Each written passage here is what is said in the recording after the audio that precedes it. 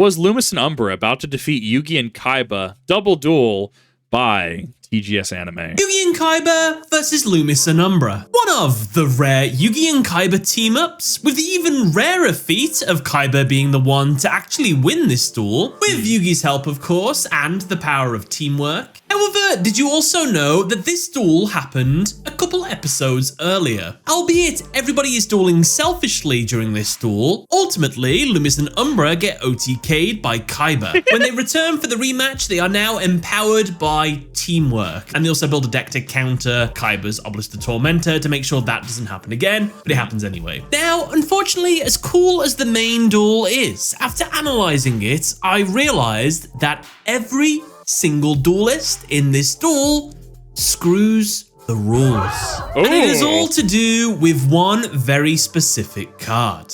We'll learn more about that later. Let's jump into the duel. I actually really do love this. So I've made it no secret that I'm a fan of The Legend of Zelda Majora's Mask. At some point, I would absolutely love to have a replica of actual Majora's Mask. I think it'd be really cool. But very much a fan of that. So going into this duel where it's very mask-centric, Mask-a-Restrict, I can't remember the other names offhand. Very, very cool. I do like masks as an aesthetic. This is also definitely peak Battle City memes, if you will. The duel begins and Kaiba goes first. He draws and his opening hand consists of 3 copies of Blue Eyes White Dragon, 2 copies of Flute of Summoning Dragon, and Pot of Greed. Kaiba activates Pot of Greed to draw 2 new cards. I appreciate the shiny on that. Like, he didn't have to go that hard.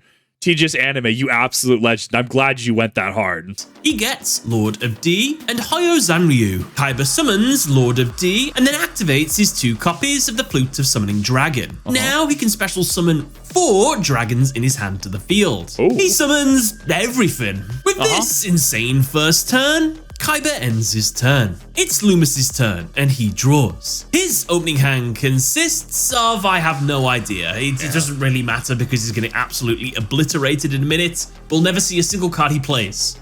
Doesn't matter. He said, what's the Austin Power meme? Oh, what about you? You're just a henchman. You don't even have a name tag. You have absolutely no chance. I literally do not remember this one. It's a mysterious monster face down and ends his turn. It's Yugi's turn and he draws. His opening hand consists of Karibo, Mystical Ref Panel, Multiply, and some other mysterious. Dude, Mystical Ref Panel is so weird with rulings because the owner pays cost, but you gain the benefit of certain cards with Mystical Ref Panel. It is a big brain 300 IQ card, and I kind of dig it. Cards. His cards also don't matter as well because Kaiba basically says to Yugi, Yugi, I don't need you for this one. I'm going to solo this. Yugi's like, okay, bet. I'll just summon my Karibo into defense and just set these 2 cards face down and end my turn. So this would be, I'm trying to figure out, because this appears that they're using 2 separate fields, because Kaiba currently has 5 monsters on his field, right? Like, if we look at the actual Yu-Gi-Oh field, even if you pull out, like, actual Duel Monsters era fusion deck playmat, right? Like, oh my, like we're dude, unironically, I saw somebody, I went to locals recently, because I was picking up the Yubel Spellground from somebody, which, oh, it's amazing, I love Yubel. But, like, somebody was unironically playing with the paper mat that still said fusion deck. And I'm like, you absolute legend. That is, and this kid this kid who is younger than Pendulum Summoning, that hurt me when I figured that out, was like, why does that say fusion deck? That should say extra deck. And they're just, I look at the person next to me. The person next to me looks at the person with the fusion deck mat. And we're just like, because this mat is literally older than you. Ooh, blast from the past. Oh my God. So this feels like tag duel rules, but they each have their own separate fields, right? Like they each have their own 5 spell and trap zones, their own 5 monster zones, because Karibo is that 6th monster. It's Umbra's turn, and the penultimate turn of the duel. He draws. His opening hand consists of blah, blah, blah. It doesn't really matter. He's about to get obliterated as well. All we do know is he has a fake copy of Mirror Force. Nice. He sets a mysterious monster face down alongside the fake Mirror Force and ends his turn. It's Kaiba's turn, and the final turn of the duel. He draws and gets Obelisk the Tormentor. He tributes his 3 Blue Eyes White Dragons to summon it. He then tributes his 2 remaining monsters to activate Obelisk's effect. Since he tributed 2 monsters, all monsters on the opponent's field are now destroyed. Then the opponents take 4,000 direct damage in the form of an attack. Umbra tries to use Mirror Force, but of course, it doesn't work on an Egyptian god card. So, Lumis and Umbra both take the first damage of the duel, and simultaneously lose the duel as a result. Yugi and Kaiba win. Now let's be honest, with a god hand like that, there's no way they ever stood a chance in this one. We don't know what they had anyway. This was not a to be taken seriously duel. It was just to emphasize the fact that Kaiba's adamant on dueling solo. It's all about power and everybody is your enemy and stuff like that. Whereas Lumis and Umbra, they're gonna learn from this, they're gonna learn teamwork, and then Yugi and Kaiba are gonna have to learn teamwork afterwards. There is one more crucial thing about this duel, and that's the sponsor for today's video. To celebrate teamwork between rivals, Nanamerica have just released their brand new limited edition Platinum Finish Blue Eyes White Dragon and Dark Magician. This is an ad read. This is so relevant to the source material. The audio is seamless. I'm a huge fan of this. Think of these as ghost rare variants to the original gold designs. Mainly because once they're gone, they are gone. I think the Platinum Finish looks great, and not gonna lie, I quite like the Blue Eyes Platinum Dragon and Platinum Magician look.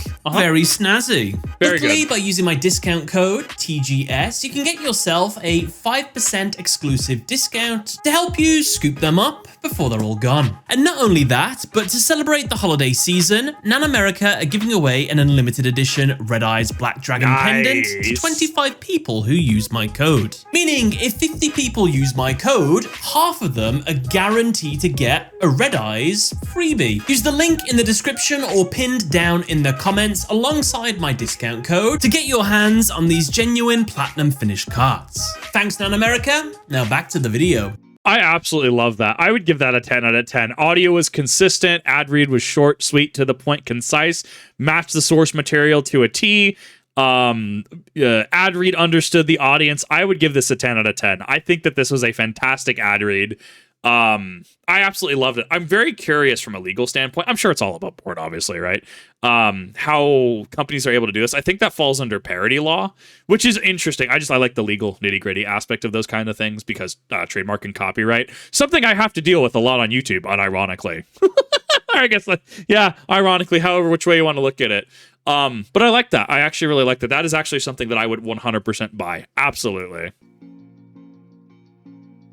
The duel begins and Lumis goes first. He draws, and his opening hand consists of Grand Tiki Elder, Mask of Brutality, Mask of Restrict, Curse Transfer, and 2 mysterious cards. These 2 mysterious cards will never be used, will never be seen, and ultimately get discarded later in the duel, so it doesn't really matter too much. Lumis sets his Mask of Brutality and Curse Transfer face down and ends his turn. Quick refresher on tag duel rules during Battle City. Every duelist has their own 4,000 life points. Both duelists on each team have to be defeated to claim victory. You can defend your teammate from direct attacks with one of your monsters. You can't strategize and share plays with your teammate. You can talk to your teammate, obviously, but you just can't strategize and say, oh, I have this in my hand. What do you have in your hand? What are you about to do? Not allowed to do that. It's worth noting that Lumis and Umbra break this rule throughout the entire match because they have little microphones in their masks so they can chat to each other. Anyway, it's Yugi's turn. So it seems like they're going with open information versus closed information, right? You're not able to strategize like, well, I have Mask of Restrict in my hand, therefore you should be wary that I have Mask of Restrict in my hand because it's not necessarily that's your opponent's hand, but it's not open information, right? Now, if you say, I don't know, added card to hand, Mask of Restrict, and you have to show it to your opponent to verify that you grabbed a Mask of Restrict, then that's a little different, right? That technically is open information, or at least open information to the window in which it was added, and then you had to reveal to make sure that you're adding, it's not cheating, right? You're revealing to make sure they're adding the correct target and then adding the hand.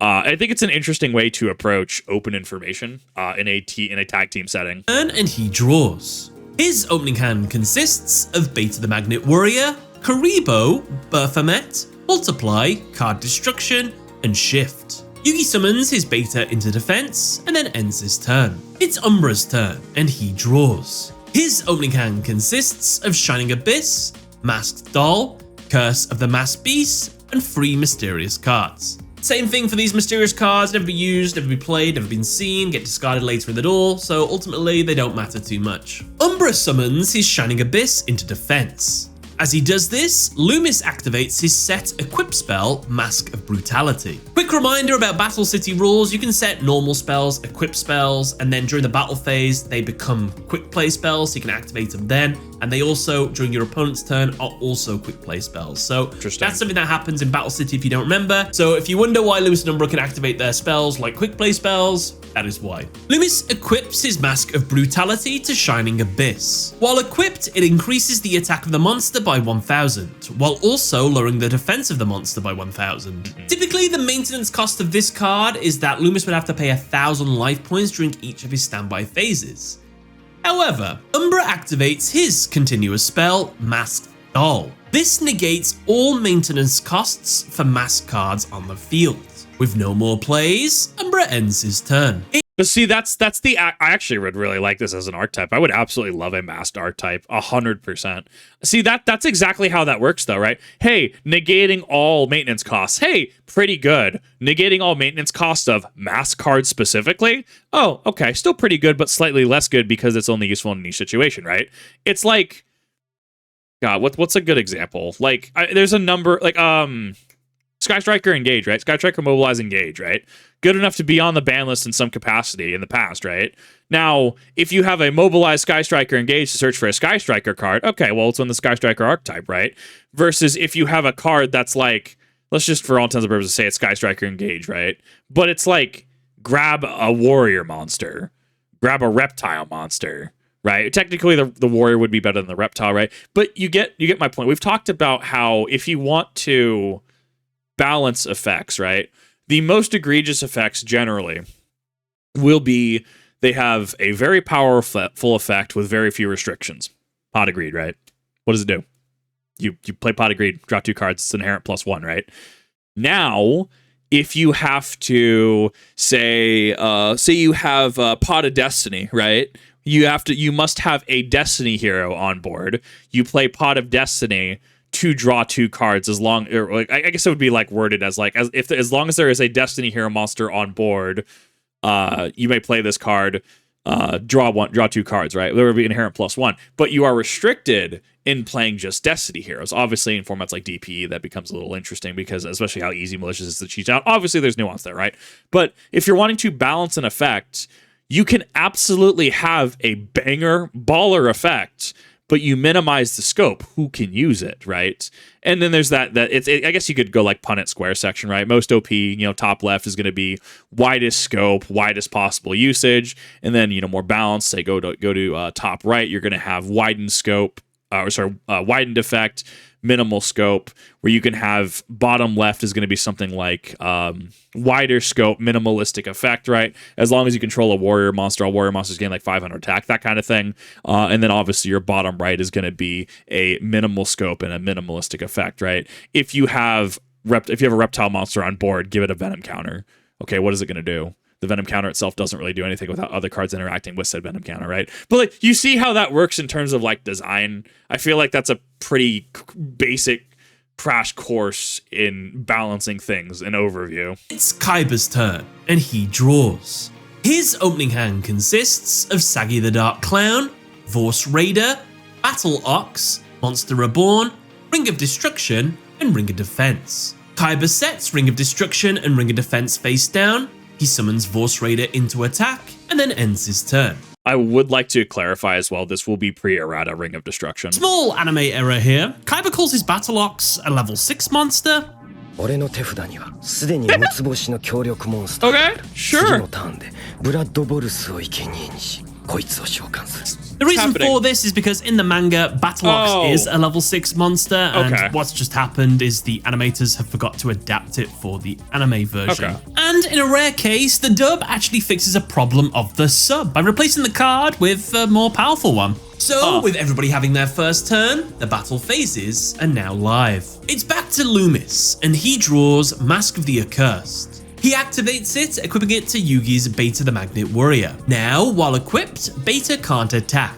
If Beta is the only monster on Yugi's side of the field, he can be attacked directly. Also, during each of Yugi's standby phases, he will take 500 damage. Lumis sets his Mask of Restrict face down, and then it ends his turn. Now, Lumis could have summoned his Grand Tiki Elder here and attacked Yugi directly. Why didn't he do this? Well, it's actually because of the rules of tag duels. Weirdly, this is something I never considered because I'm so used to weaker monsters tanking stronger monsters' attack and getting blown up when they defend another player.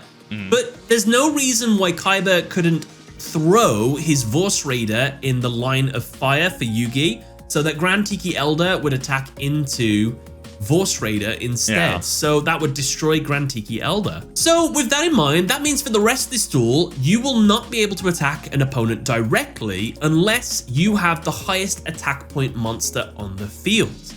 That's quite interesting. It's Yugi's turn, and he draws Beast of Gilfer. The standby phase occurs, and Yugi takes 500 damage from Mask of the Accursed. Yugi takes the first damage of the duel. Yugi attempts to tribute Beta the Magnet Warrior for Beast of Gilfer. However, Lumis activates Mask of Restrict. Now, while this continuous trap remains face up on the field, cards cannot be tributed. That is what is written on the card. Cards cannot be tributed in any way. I'll double check. RTFC, what does the card say? Cards cannot be tributed. So good. Though maybe there's a translation error here, so let's have a look what the card actually says, because we do see the card, we see its text. Google Translate says it says no sacrifices of any kind can be made. Sure. Gemini AI says in any case, sacrifices will no longer be possible. I like the disclosure that it's like, yeah, Gemini AI, right? Generally, when AI comes up, I usually dismiss it, but outside of like having actual translator, right, or actual primary sources, this is also backed by I guess Google Translate as well. This is also backed by RTFC because you can go Yu-Gi-Oh database right now. I mean like this is mostly like, we know what this says, let's try other places to see if there's any discrepancies. Both Google Translate and AI have no discrepancies with us, so we're really not missing anything. Final check, what does Umbra say about this card? Mask of Restrict is a trap that stops all tributing. Perfect, that's crystal clear. We know exactly what this card... Wait, what's that? He's still talking? Yeah, as long as this trap is on the field, you're not allowed to tribute your monsters. Later in the duel, Yugi's going to take that extra sentence he added on as literal fact. You said that I can't tribute my monsters to summon my monsters. So that means I can tribute your monsters, right? I'm allowed to do that. Well, no, I take what he's saying here as hyperbole. It's just sort of making it clear why he used this card. I've used this card to stop all tributes, but the main benefit I'm getting from this is that you can't tribute your monsters to summon your tribute summonable monsters. That's what I've done. I actually really like that he said hyperbole, because I usually say hyperbole. I don't know, just interesting language difference. For. I don't think it was meant to be taken as literal fact, but it will be. Anyway, I'm getting a bit ahead of myself. This isn't an issue just yet. We'll get to it when we get to it, but all you need to know, Yugi can't tribute summon, so he can't summon his Gilfer or Baphomet in his hand. Instead, he has to set his Multiply and summon Karibo into defense, and ends his turn. It's Umbra's turn, and he draws Spell Transfer. He sets it face down and then switches Shining Abyss into attack. He enters his battle phase and attacks Vorse Raider. Kaiba activates Ring of Destruction in response. This lets him destroy a monster and then inflict damage to both players equal to the destroyed monster's attack. Sure. He targets Shining Abyss, however Lumis activates Curse Transfer, which redirects a trap card's effect to another monster. He swaps the target of Ring of Destruction to Vorse Raider. It is destroyed instead. Before the damage can be dealt, Kaiba activates his Ring of Defense to negate any effect damage he would take. However, Umbra activates his set Spell Transfer, which negates a spell during the opponent's turn and then lets Umbra use its effect instead. Ring of Defense is negated for Kaiba, but activates for Umbra. Only Kaiba is the one to take any damage. A replay occurs since the number of monsters on the field changed, and since there are no monsters on Kaiba's side of the field, Umbra attempts to attack directly. Luckily for Kaiba, since he would be eliminated from this attack, Yugi activates his Multiply, targeting a monster with 500 or less attack he controls. He targets Karibo. Now, due to Multiply's effect, according to its text, Karibo is divided into countless copies. Which, to put that into game logic, I think means that Karibo now takes up all of Yugi's free monster zones, and whenever one would be removed from the field, it immediately replaces itself. Basically, it is impossible now to attack Yugi and Kaiba directly, while the multiply Karibos remain on the field. I like how he translates that to in-game, right? It's like effectively like, not that you got faded, it's like a lingering effect, right? As like a D-shifter or a like a mulch army kind of, right? Where, yeah, no, activate multiply. All of your monster zones will now fill up. Anytime a Kariba would be destroyed, it replaces itself. So even, yeah, it's anime multiply itself is kind of an enigma, and this is a holdover from Duelist Kingdom, where Duelist Kingdom was very much a D&D style with a card game kind of like image, right? Yeah, D&D not D&D. Duelist Kingdom multiply, anime multiply is definitely interesting. He uses one of his infinite Karibos to block the attack for Kaiba. It is destroyed and then immediately regenerates. Umbra ends his turn. It's Kaiba's turn, and he draws Blue Eyes White Dragon. With no way to tribute summon due to Mask of Restrict, Kaiba sets his Monster Reborn face down and then summons Battle Ox into defense. He ends his turn. It's Lumis's turn, and he draws Mask of Dispel. Now, apparently, Multiply, despite not being a continuous spell, has remained face up on the field. I can only assume this has happened because it is a lingering effect of some kind. It should just go to the grave because it doesn't state on the card, leave this card face up on the field, whatever. So, because it's on the field, that's how Lumis is going to get rid of it now. I assume it's fine. I guess it's fine. It must be fine, but I wish they just stated on the card, this card remains face up on the field. If it is removed from the field, then remove any multiplied Karibos or anything like that. So, just one of those. Lumis. Well, we do also have precedent, and I'm going to pull it up. It's Cursive Fiend, I think. Yeah. So if you've never read Cursive Fiend has one of the weirdest activations in the game. So when you look at Cursive Fiend, change the battle position of all attack position monsters on the field, defense position, and vice versa. Positions cannot be changed during the turn this card is activated, except by effect of a spell, trap, monster, or card effect. You can activate this card only during your standby phase. So how does this card played? And this is a favorite of mine, and this is a favorite for many in the community as well, right? If you are trying to explain how RTFC works, and you're trying to explain that a card saying something can override game mechanics, this is the perfect card to do that. So what you're supposed to do is you're supposed to set this card like a trap card, and then when it is your next standby phase, then you may activate Cursive Fiend like a trap card. So RTFC, if we're looking at some sort of like lingering effect, I mean, absolutely would be ideal. I think this comes down to Duelist Kingdom still didn't, sorry, Duelist Kingdom, Battle City still didn't have a full grasp on the modern game, right? Much as we see in like Yu-Gi-Oh! GX and stuff, where we see more of a modern fleshed out game. Like we had Summoning Sickness effectively for fusion monsters in Battle City. We had a couple isms as well. Infinite cards, slime combo, Cypher versus Yugi, right? Yugi versus strings. Definitely some game isms that wouldn't necessarily play out the same there. And so I kind of view this as kind of like Yu-Gi-Oh! Of the era. Like obviously there would be an RTFC actual ruling reason why certain things would work and why certain things here wouldn't work out. But one of those I could kind of suspend my disbelief for. Kind of like acknowledge, yeah, this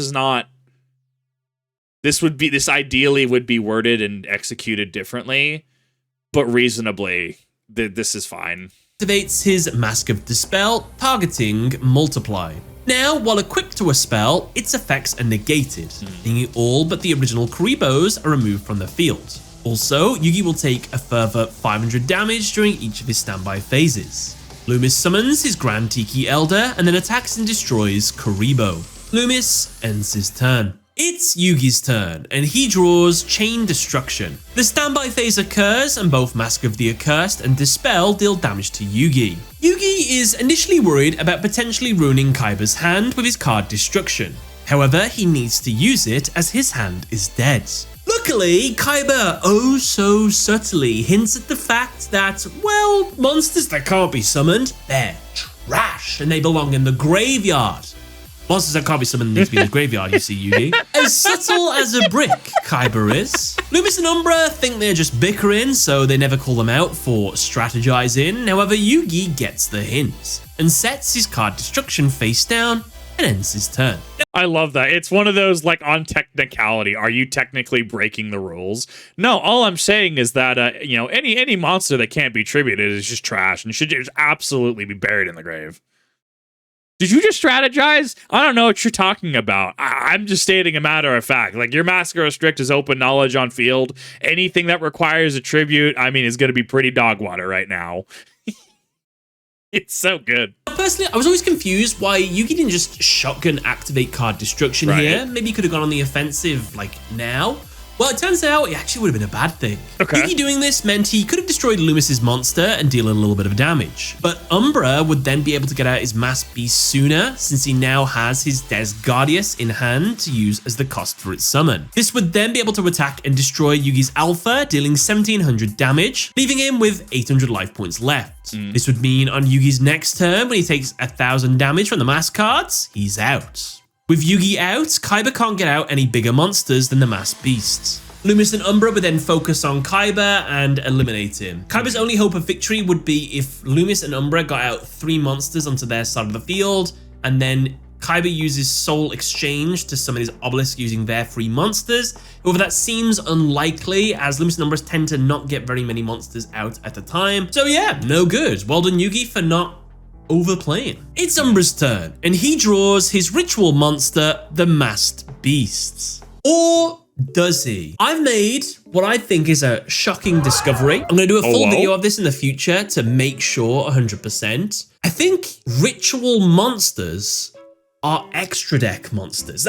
We have already watched this video, and I definitely share that sentiment, where early ritual monsters, and realistically, in my opinion, rituals should have been an extra deck mechanic, just fusion, but slightly to the left, if that makes sense. The fact that they are, we've talked about this in the video, there is a reaction up to it, and as well as I recommend you definitely go check out his original video for the unpaused, uncommentated, actual full experience of that. I do think what he says tracks. Oh, I know, that sounds crazy, that can't be true, but I think it is. This applies only for Battle City. In total, there are 4 ritual summons throughout the entire arc.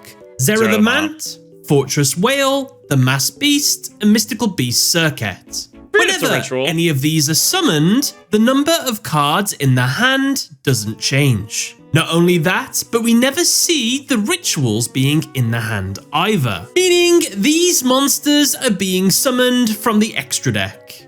So when are we actually getting, like, Odeon.deck? When are we getting, like, Ritual Beast Circuit, the actual archetype? Like, can you just imagine, like, actual big boy Ritual Beast Circuit plays well with, like, Herald of, like, Ultimateness and Perfection, right? Like, actually plays with Heralds. Oh my god, bro, that'd be so sick. Had the Mass Beast in hand, which is how we normally summon ritual monsters in the real world, he should then have 3 cards in his hand. But he doesn't. So it only makes sense to have this amount of cards in his hand at the end of this turn if, when he ritual summoned, he only used 1 card in his hand, which is Ritual Spell. So I'm assuming then he drew the Ritual Spell this turn. Wherever I said he had it before, just replace that with a mysterious card. Those are my findings. Am I the first one to discover this? Can you find any evidence on the internet of somebody else saying this? I don't know. World exclusive. Anyway, let's get back to the duel. There's more shenanigans about to come. With his Ritual Spell in hand, he activates it. Now, by tributing 8 or more stars from the field or in his hand, he can ritual summon it. Umbra. I'm calling hacks, my guy. Somebody get Dr. Hacks on that. Chuckles the cheats at it again. Tributes his level 4 Shining Abyss with Lumis's level 4 Grand Tiki Elder to ritual summon Curse of the Masked Beast. Yes, despite the fact Mask Restrict is on the field saying nobody's allowed to tribute cards under any circumstances, alright? They are tributing cards for the cost of a ritual summon. Yep. Right. Umbra even... Yeah. God, I love this game. Even says, yo, my partner and I each tribute a monster. He even says it! How is he able to do it? Now, you might say that, oh, maybe tribute just specifies that you can't tribute summon, you know, like a normal tribute summon kind of thing. But they're going to make a big fuss later about another type of tribute summon, which isn't a typical tribute summon or something like that. So while in the real world, this would be a completely illegal play, I have to only assume by tribute, they are saying that you can only not tribute summon, typical tribute summons or something like that. That's the only way this could make sense. Like, this shuts down a Monarch deck, but doesn't shut down, like, Necros, right? Is effective what this comes down to, right? You can't shut down, I actually don't know, the Tribute deck. I love how I just defaulted to Monarchs. Like, my brain is actually vibing with Frognarch still. I've never moved beyond, like, 2010.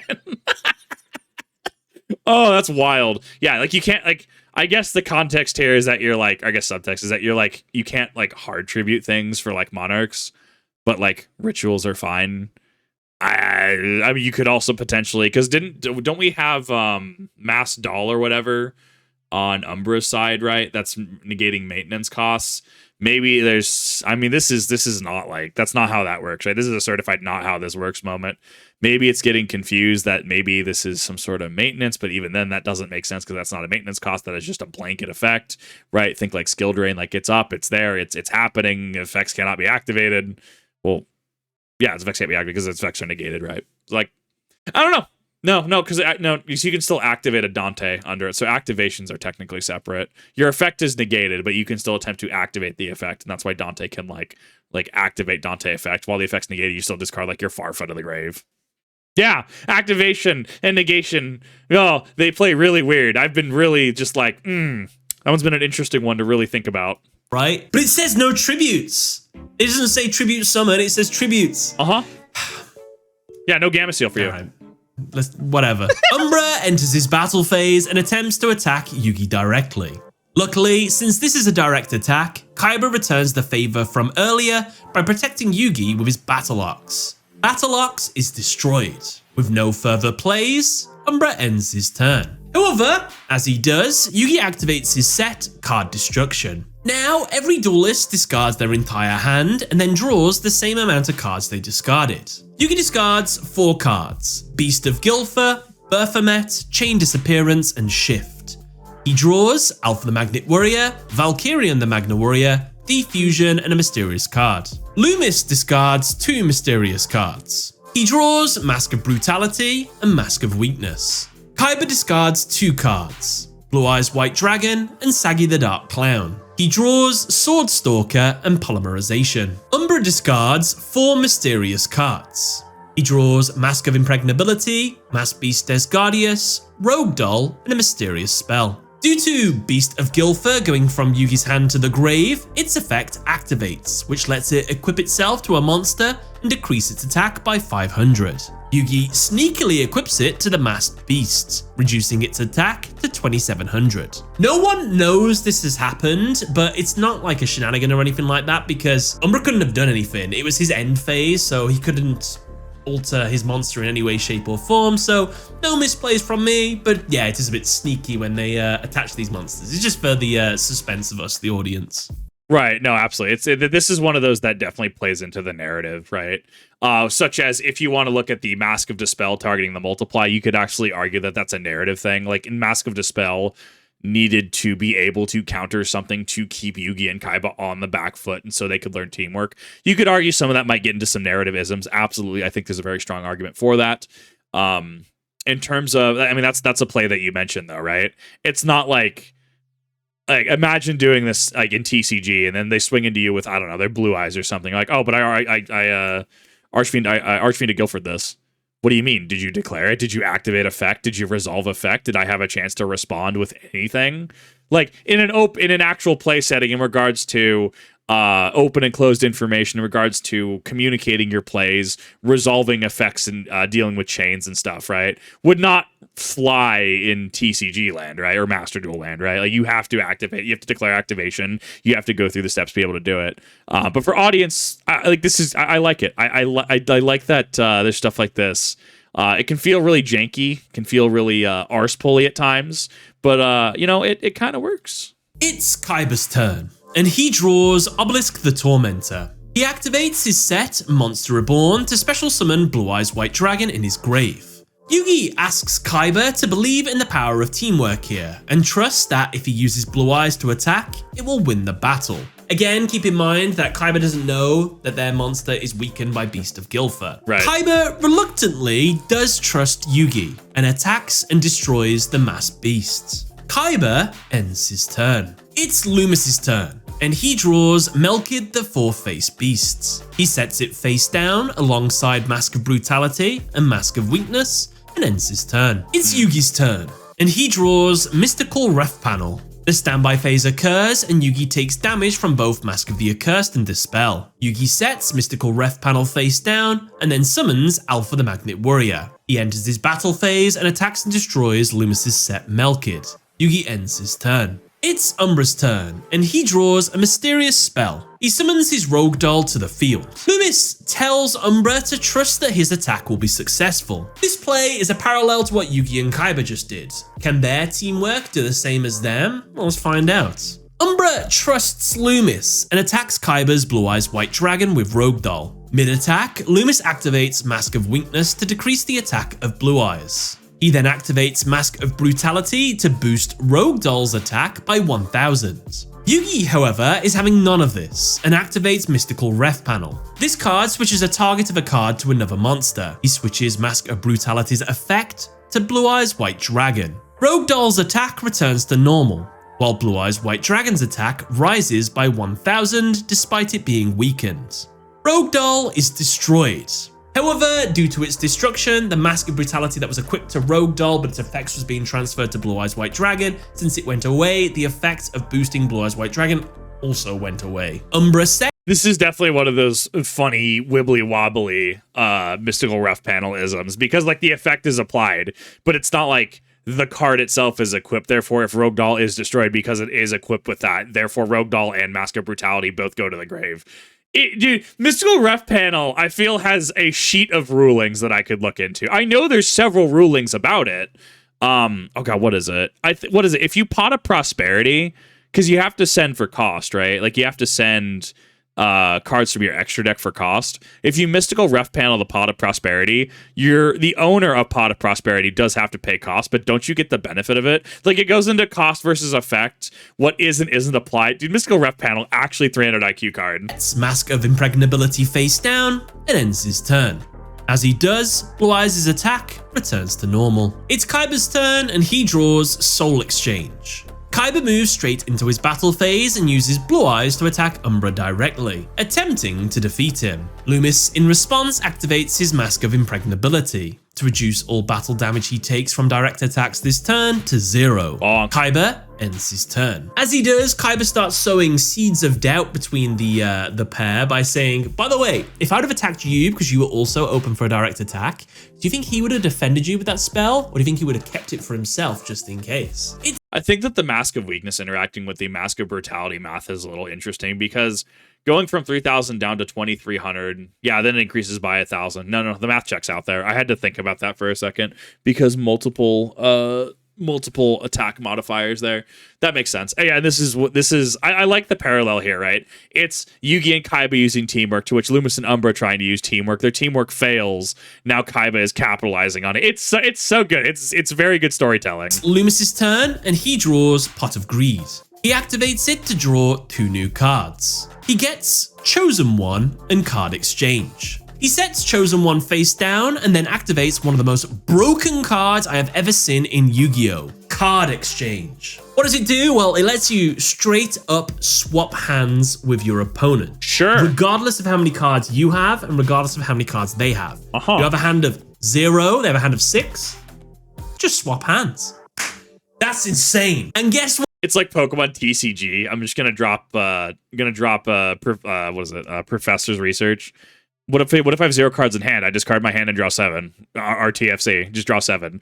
Or like you just end and like you're 1 card away or you're 0 cards away, draw whatever many prize cards you have left. Oh, it's so good. What? He's gonna use it wrong. Lumis activates Card Exchange, which lets him swap hands with somebody. Since this is a tag duel, he is also allowed to designate his teammate as a target. He does this. He and Umbra swap hands. Since Lumis's hand was empty, Umbra gets nothing, whereas Lumis gets his hand of 3, which is Mass Beast Descardius and 2 mysterious spells. Now, Lumis activates his set Chosen One by selecting 1 monster in his hand along with 2 non-monster cards. One of them is picked at random. If it's the monster, it's summoned to the field, ignoring its summoning conditions. With a 33% chance, the play is successful. Desgardius is summoned to the field, ignoring its summoning conditions. The 2 mysterious spells are sent to the grave. Note, I have never noticed that Desgardius has a naked woman's upper torso strapped in bondage gear on his chest. It's in the international artwork of the card, like it's never been censored. You can hardly see it. I've never noticed that before. This was my first time. Now, oh, look, all I'm going to say, Yu-Gi-Oh! Definitely influenced decisions for a lot of people. A lot of belts, a lot of aesthetics like Akiza Izinski, Alexis Rhodes, Taya Gardner, My Valentine, lot of belts. Lot of things start to make sense if somebody grew up on Yu-Gi-Oh! Is all I'm going to say. It's really fascinating to dive down that rabbit hole. The 3,300 attack point monster on the field, Lumis is faced with a choice. Attack Yugi's attack position Magnet Warrior and eliminate Yugi. Or attack and destroy Kaiba's Blue Eyes White Dragon, as it's the only monster that could possibly pose a threat. Choices. Which one will he go for? Well, obviously, eliminating Yugi is the absolute right decision here, because that would mean it become a 2-on-1 situation. They can just pile all the pressure on Kaiba. It would eliminate Yugi and any of his options that he has available. So that's the obvious right choice. Sure. And Lumis does come to this conclusion as well. But unfortunately, after being gaslit by both Kaiba and his own partner, he is convinced to attack Blue Eyes instead. The logic is, Yugi only has weak monsters in his side of the field. We can get rid of those whenever. But that Blue Eyes, if he gets like an attack boost or something, that could be a problem. We'll get rid of that now. Foolish. You fool, you only have X-Head Cannon, Wide Dragon Head, and Z Metal Tank on your board. Why should I be scared of you? I'm gonna go attack the Blue Eyes. Oh dear God, what is the XYZ Dragon Cannon? Oh my God. Literally the logic here. Lumis attacks and destroys Blue Eyes White Dragon. Lumis ends his turn. So, hypothetically, had Lumis stuck with his gut, attacked and eliminated Yugi, what would have happened? Well, since Yugi's been eliminated, we move straight to Umbra's turn. He can't do anything, so he has to end his turn by setting Masquerade. It's Kaiba's turn, and he activates Soul Exchange, tributing Desgardius to summon his Sword Stalker. Desgardius' effect activates, taking control of Kaiba's Blue Eyes. Wait, isn't Mask of Restrict still in play at this point? I guess wibbly wobbly tributing other person's monster for your own monster, right? I get that workaround. This uses Blue Eyes to attack and destroy Sword Stalker. Umbra's turn, he activates Masquerade, takes control of Blue Eyes, and attacks Kaiba for game. So yeah, they could have won. Lumis should have just trusted your gut. But guess what? That's not the only way they could have won the duel. Lumis could have done an even more amazing move by using his card exchange on Kaiba. You have this really broken card. You can swap hands with your opponent. You know for a fact that your opponents are playing Egyptian god cards. Yugi isn't, he hasn't put in his deck yet, but you know for a fact Kaiba is. He has a big hand. I think he's got like 3 or 4 cards in his hand. Why not just give Kaiba your 0 card hand and just take his cards? There must be something in there, and even if there's not, you're getting rid of Kaiba's options. Had Lumis done this, he would have taken Kaiba's Obelisk the Tormentor and Soul Exchange. He could then activate Soul Exchange, tribute Blue Eyes White Dragon and the 2 Magna Warriors on the opponent's side of the field, attack Yugi or Kaiba with Obelisk the Tormentor. One of them are now dead. Next turn, whoever's left alive can't do anything. Eventually we get back to Lumis. He attacks the last person left and wins the duel. Now, I think that it's actually really interesting to consider that could have been the win. I think you do start getting into the narrative. Well, can some random control an Egyptian god? Like we see with Merrick's fake Winged Dragon of Ra's, we see it with that. We see Odeon using a counterfeit Winged Dragon of God and Ra getting really upset at him. I think Joey went against it. Like there's things about people who are not worthy trying to use Egyptian gods and not being able to. But then again, I mean, Strings was able to use it under the control of Merrick. He's able to use Slifer, right? You had yeah, I think it's interesting. Like from a narrative standpoint, you might be able to have some sort of counter argument about being worthy, but at the same time, like Lumis and Umbra, I think this is really cool because it seems to Ra is kind of the weird child of the 3. To be fair, Ra is He's kind of the strange one, especially because you have to have the whole chant from a narrative standpoint. You have to have the whole chant and not have counterfeit card, which yeah, he already has a weirder thing, which is really awful because he's kind of the worst of the three competitively, which really hurts me. I really like the Winged Dragon of Ra, actually. I think that it's cool because Kaiba being able to gaslight Lumis, causing Lumis to overthink, and that's really what it is. I think he's acting on emotion. He's not thinking clearly, and he's also he's thinking selfishly, right? Where you have them going in, it's the polar opposites, right? Yugi and Kaiba are not using teamwork, whereas Lumis and Umbra are using teamwork, to which you see the teamwork in action halfway through, right? Yugi saying to just trust him to attack into the weakened mass beast. When then you have Lumis and Umbra doing their thing, to which Yugi uses Mystical Ref panel with the Mask of Brutality on the Blue Eyes to cinch out that win. And then you start seeing where it starts going south, where you see Lumis and Umbra working less like a team, but Yugi and Kaiba working more like a team, right? So they kind of swap by the end. And I think that it's beautifully done. I think the switch is very beautifully written. Obviously, Lumis doesn't know what's in Kaiba's hand, so you have to kind of know what's in his hand to know it's worthwhile. But you're taking his hand. You're denying giving options. him nothing and not taking cards from your teammates. It's ridiculous. So why do I care if you're playing White Forest? Why do I care if you're playing anything else, right? I'm playing you Bell. I drop this. I'm denying you options. I'm giving you a 0-card hand. I'm taking all of your options. The actual logic train going in here. Like, what he's saying is absolutely correct. Yeah, huge misplay Lumis. Could have won the duel in 2 different ways. It's Yugi's turn, and the pre-anti-penultimate turn of the duel. He draws and gets Gamma the Magnet Warrior. The standby phase occurs, and Yugi takes damage from the mass cards. With all the pieces in place, Yugi summons his Gamma the Magnet Warrior. Now here is where we get another bit of shenanigans. Yugi tributes his Alpha, Beta, and Gamma to summon his Valkyrion the Magna Warrior in his hand. Now, everyone in this duel, luckily, makes a big point of, whoa, calm down, mate. You're not allowed to tribute cards. We've got Mask of Restrict on the field. And Yugi's like, I know, I'm not tributing my cards. I'm combining and transforming them instead. Yeah. You're not tributing cards. You're just ritual summoning cards. I am not tributing cards. I am transforming and combining my cards. Oh, it's so good. Now that's cute, Yugi. If you want to call this a sort of form of contact fusion, I see where you're coming from. But unfortunately, I have the receipts. Fast forward to a future duel where Yugi summons this monster and oh, look at that. We are tributing Alpha, Beta, and Gamma to summon Valkyrion this time. Funny how that works, isn't it? It's one thing one time and one thing another time. So we're going to have to go with the fact that these tributes, in the same way that the ritual tributes are not tribute summons, that is what Mask of Restrict is specifically stopping. So, fine.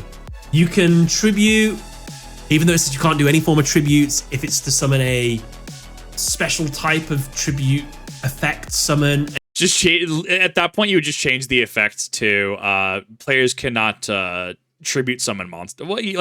Well, tribute summon monsters, I would say, right? Like, cannot use monsters as a normal summon tribute, right? Yeah, you cannot normal tribute, right? The fact that it's neither player can tribute cards, as long as you have tribute keyword, whether that is for like a monster, like what is it? Oh my god. Samsara D Lotus is actually locked out by this, right? Samsara D Lotus, if I remember correctly, because this actually perfectly encapsulates my point. Yeah, so something like Samsara D Lotus, you can tribute this card. We're going to stop there. See, it says tribute this card, okay? You have tribute keyword in your effect text. You're not allowed to do that, right? Effectively, like, this really comes down to an RTFC moment. I kind of need Mask of Restrict with, like, the funny drip jacket, some chains, the funny sunglasses, maybe make the scroll or whatever it's in his mouth, turn it into a funny cigarette looking thing, and then in the effect text, just put RTFC. That's the meme right there. You're welcome. You can also tribute for a ritual tribute. I'm sure there won't be any more shenanigans with this card for the rest of this duel. Nope. With Valkyria the Magna Warrior on the field, Yugi sets his Defusion face down and then attacks and destroys Mass Beast Desgardius. Due to Desgardius' effect, when it is sent from the field to the grave, Mask of Remnants is activated from Lumis' deck and equips itself onto the monster that destroyed it. Due to the Mask of Remnants effect, Valkyria the Magna Warrior moves to Lumis' side of the field. Yugi ends his turn. Now, this is all part of Yugi's strategy. It's very risky, I will say that, but he could have made it so much less risky by when the mask tried to equip itself onto his monster, or when it did equip itself in response, use Defusion, split up that Valkyrion, get the free monster on your side of the field into attack, and eliminate Lumis. You had that option, why didn't he do it? It would have, by the way, resulted in their win because, well, Lumis would be eliminated now, Umbra wouldn't have had any plays at all, go to Kaiba, he couldn't summon anything at all, but then we go back to Yugi and he just wins the duel. I guess the reason they didn't want to do this is because this is more about Kaiba learning teamwork and getting the win in this one, so still, it's a misplay, Yugi, I'm sorry. It's I could see that. I could see this also being one of those more narrative reasons. I do agree. Mask or Restrict. What does the effect say? You must be mildly inconvenienced. I like that one, Brian Porkchop. Umbra's turn, and the anti-penultimate turn of the duel. He draws and gets Masquerade. He activates it. Thanks to its effect, he can permanently take control of any monster equipped with a mask card. He takes control of Valkyrion, equipped with Mask of Remnants on Lumis' field. Umbra enters his battle phase and attacks Yugi directly. Yugi, however, activates his set Defusion to return Valkyrion back to... Wait, where does it go? Normally, fusion monsters go back to the extra deck. So I'm assuming that Valkyrion will go back to wherever it was prior to being summoned to the field, which means it goes back to Yugi's hand. Regardless, Alpha, Beta, and Gamma are summoned from Yugi's grave into defense to Umbra's side of the field. With no further plays, Umbra ends his turn. Now I'm gonna have to mention it, Defuse. The Defusion play here is a little sus to me, especially when, well, and that's with my metagame knowledge that I know that like Valkyrion is a effect monster. So it depends how Valkyrion is treated, if it's treated as an extra deck and or fusion monster, or if it's treated as the Defusion play here, while narratively thematic, I guess I would say, does not quite track to me. The opponent's monster, if you have the materials in your graveyard, they should get summoned to your side of the field. But in the anime, whoever is the controller of a monster tends to be the owner, so that is why the monsters got summoned to the opponent's field. In this case, contested. It's Kaiba's turn, and the penultimate turn of the duel. He draws and gets a mysterious card. Kaiba activates his Soul Exchange. Now, due to this card's effect, he can tribute any amount of opponent's monsters as if they were his own. Yet again, despite the fact that Mask of Restrict is on the field, Kaiba tributes Alpha, Beta, and Gamma on Umbra's side of the field to tribute summon his Egyptian god, Obelisk the Tormentor. Look, all I'm saying, if there's ever a Mask archetype, or if I can actually find a way that Mask of Restrict is not the brick, I will 100% run just run the funny. just shotgun that Mask of Restrict. Watch people struggle bus for about like 20 minutes, dude. Man, what a card. Fool me once, shame on me. Fool me twice, shame on you. Fool me 3 times, what are you doing? So this is an actual tribute summon, so Mask of Restrict should stop this summon at the very least. Why doesn't it? Well, it's all because Umbra, or Lumis, whoever it was, earlier in the duel said, oh, you can't tribute your monsters to summon your tribute summonable monsters. And everybody took that really literal. I assume he was just clarifying why he played this card. This is the big benefit from it. So because of this, we're allowed to tribute opponent's monsters because it's not my monsters I'm tributing, it's the opponent's monsters. I can't believe how much shenanigans. Dude, I hate this. Like, this is actually how rulings work, though. Like, if you're ever curious how rulings in games work, like, this is actually how this works, right? I cite consistently the whole Tellarknight Deneb thing. What if you, this was back during Duelist Alliance. The ruling has been uniform now for both US and Europe, but the ruling used to be in US. So what happens if you call of the Haunted a Tellarknight Deneb? It's, you know, because when this monster is special summon, search whatever, right? However, what happens if you MST and or destroy in any way, shape, or form the Call of the Haunted, right? Chain 2 MST, right? So in America, the way that it would work is you would Call of the Haunted, target Tellarknight Deneb, Chain Link 2, you would be able to how did that work? I think it was no. I think I got that reversed. I think it was no Chainlink 1 MST, Chainlink 2 Call of the Haunted, because the Call of the Haunted was going to be destroyed, right? Targeting Tellarknight Deneb, resolve chain, Tellarknight Deneb comes onto board, and then MST would activate, thus destroying it. But that still doesn't sound correct, because at that point, Tellarknight Deneb wouldn't be on field to activate that, because you can't interrupt a chain that's currently resolving. Someone's gonna know exactly what ruling I'm talking about, but the way that it is now uniformly is if the Call of the Haunted is getting MST'd and you have a monster that on summon can do X, it doesn't do X because it doesn't hit the field, which I do like that is now a uniform ruling. I do know that with the Tellarknight Deneb situation, there was a split in rulings between Europe and US, at least at one point in Duelist Alliance. This duel is absolutely ridiculous. There's no point arguing. It's a shenanigan. You shouldn't really be allowed to do this, but it's happened now, so what are we gonna do? Anyway, Obelisk attacks Umbra directly. Umbra is eliminated from the duel. It's Lumis's turn, and the final turn of the duel. Fearing he has no way to win at all, he attempts to flee the duel. However, Marek possesses him, talks to Yugi and Kaiba for a bit, and then after the mind washing thing, he just collapses, and they lose the duel due to forfeits. So yeah, that was Yugi and Kaiba's tag duel. Full to the brim with shenanigans. But the moral of the story is, don't put a card on the field that says no tributes if you're going to tribute cards anyway. Want to watch me do in real life things? Well, I have a video for that right here. Or if you'd rather watch a video on Kaiba and Yugi as well, I have another video right here. Thank you all for watching. I hope you enjoyed the video. Catch you later. Dude, I love that TGS Anime exists. I make fun of the Yu-Gi-Oh community on a fairly regular basis, very specifically because we had to update our tournament policy that says, please shower, please be hygienic. So, like, that side of the community, not a huge fan of. But, like, dude actually getting the gains and stuff, like, what a cool dude. What an awesome person. This is the side of the Yu community that I like seeing. That's not me just like, oh, well, if I say this, I'll get on his good side. No, there's none of that. I like his content. I think he puts out a lot of really cool content. I like how he reverse engineers duels. And he's ultimately just seems like a pretty cool dude. Hey, do you want to see me do gym gain stuff? Cool. Awesome. What a cool dude. Like, love it. That last little bit with the forfeit is also why cards like Victory Dragon will never actually be unbanned, because you are allowed, it becomes a rulings nightmare, because by definition, you are allowed to forfeit at any point during the duel, even if that means that if your opponent were to attack into you with Victory Dragons, reducing your life points to 0 and thus winning the match, not the game, the match, the full set of games, you could technically, and realistically, this is the actual option you would go with. You would forfeit, thus going into game 2 versus losing the round overall. Thus, that becomes a ruling nightmare of I literally had game on board versus, but you literally can concede at any point during the match. But I had game on board. I should have won the round. He cheesed me out of winning the round despite all this. And that's why the cards like Victory Dragon will never be unbanned. They'll never be legal.